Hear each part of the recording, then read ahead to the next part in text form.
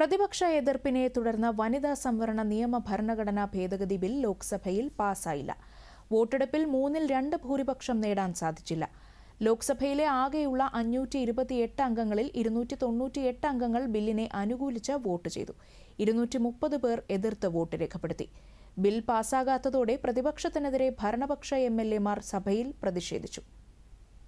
നേരത്തെ ബില്ലിന്മേൽ നടന്ന ചർച്ചയ്ക്ക് മറുപടി നൽകിയ കേന്ദ്ര ആഭ്യന്തരമന്ത്രി അമിത് ഷാ പ്രതിപക്ഷത്തിനെതിരെ രൂക്ഷ വിമർശനമാണ് ഉന്നയിച്ചത്.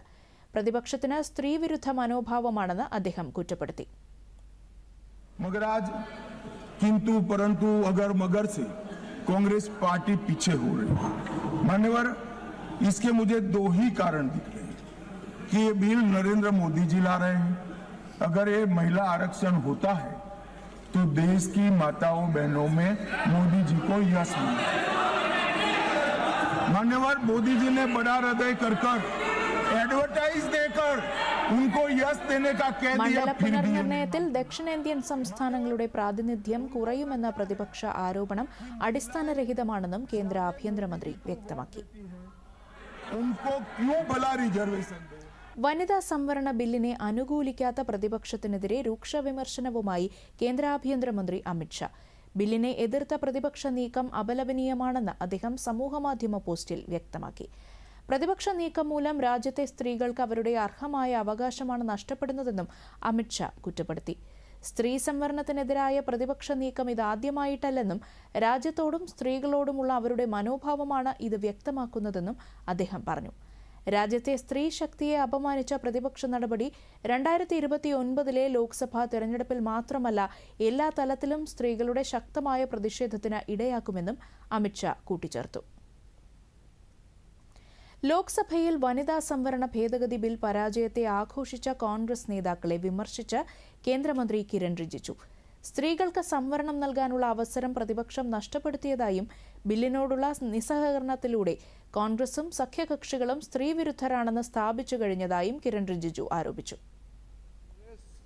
जश्न मना रहा है तो इससे बड़ा दुखद कुछ हो नहीं सकता है।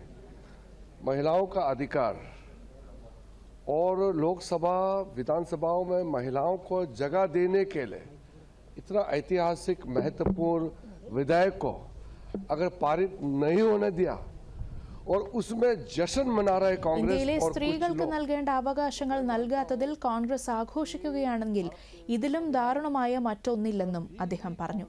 സ്ത്രീകൾക്ക് സംവരണം ലഭിക്കരുതെന്നാണ് കോൺഗ്രസ് ആഗ്രഹിക്കുന്നതെന്നും കേന്ദ്രമന്ത്രി കുറ്റപ്പെടുത്തി. സ്ത്രീകൾക്ക് അവരുടെ അവകാശങ്ങൾ ലഭിക്കുന്നുണ്ടെന്ന് കേന്ദ്ര സർക്കാർ ഉറപ്പാക്കുമെന്നും കിരൺ റിജിജു പറഞ്ഞു. ലോക്സഭയിൽ 2/3 ഭൂരിപക്ഷം നേടാൻ കഴിയാതെ വന്നതിനെ തുടർന്ന് വനിതാ സംവരണ ഭേദഗതി ബിൽ 2026 പാസാകാത്തതിൽ പ്രതികരണവുമായി ബിജെപി ദേശീയ അധ്യക്ഷൻ നിതിൻ നബിൻ. കോൺഗ്രസിന്റെ നേതൃത്വത്തിലുള്ള പ്രതിപക്ഷ സഖ്യം വനിതകളുടെ അവകാശങ്ങൾ തടഞ്ഞുവെന്ന് നിതിൻ നബിൻ ആരോപിച്ചു. आधी आबादी को एक बड़ा हक, एक भागीदारी सुनिश्चित करने का दिन हो सकता था। उनके भागीदारी को, उनके हक की मारी कांग्रेस और उनके सहयोगी दलों ने किया है। और मेरा ये भी मानना है कि इस पूरे प्रकरण में पूरी तरह से कांग्रेस का जो ബിൽ പരാജയപ്പെടുത്തിയതിലൂടെ കോൺഗ്രസ് സ്ത്രീവിരുദ്ധ നിലപാടാണ് സ്വീകരിച്ചതെന്നും അദ്ദേഹം പറഞ്ഞു. കോൺഗ്രസിനെതിരെ സ്ത്രീകൾ നിലപാടെടുക്കുമെന്നും അദ്ദേഹം വ്യക്തമാക്കി. ലോക്സഭയിൽ വനിതാ സംവരണ ബില്ലിനെതിരെ വോട്ട് ചെയ്ത കോൺഗ്രസും CPIM-ഉം അടങ്ങുന്ന INDI സഖ്യം രാജ്യത്തെ സ്ത്രീകളോട് കാട്ടിയത് മാപ്പർഹിക്കാത്ത നീതികേടാണെന്ന് BJP സംസ്ഥാന അധ്യക്ഷൻ രാജീവ് ചന്ദ്രശേഖർ.